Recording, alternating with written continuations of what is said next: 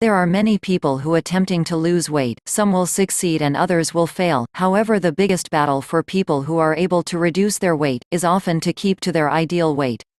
Many people will find that they have soon returned to the weight that they were before they went on their diet, or even that they are actually fatter. This can of course be very depressive and can result in them losing a lot of their self-esteem. What is needed is for a permanent solution to their weight problems. There are some obvious routes to take in the battle to lose weight.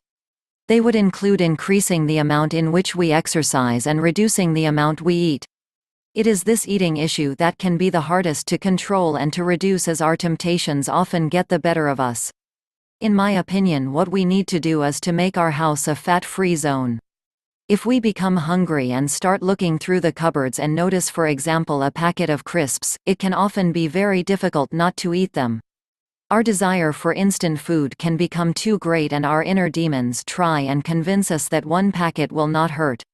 If that packet of crisps had not been in the cupboard, we would have not been put into that position of temptation and would of course not have been able to eat them. A number of years ago, when I went about losing my own excess weight, I decided to remove all of the foods from all of the cupboards which I was aware that I needed to stop eating. I also removed certain drinks such as alcoholic drinks, which were also something which contributed to my weight problems.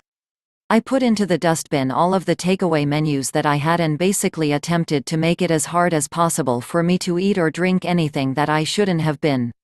When out and about, I had to be determined to keep to my diet and to not be tempted to buy any of these items from the shops, etc.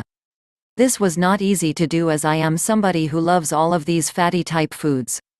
In my weekly food shop, I bought far more fruit and vegetables and was surprised at how quickly my taste buds started to change. I soon looked forward to eating an apple as an example, and the weight slowly but surely started to reduce. After a number of months, I reached a weight that I was happy with. My wife stated that I was now able to start eating items such as dry roasted peanuts. This was a particular favorite of mine. This was possibly true but could easily result in a return to my old bad habits and of course weight problems.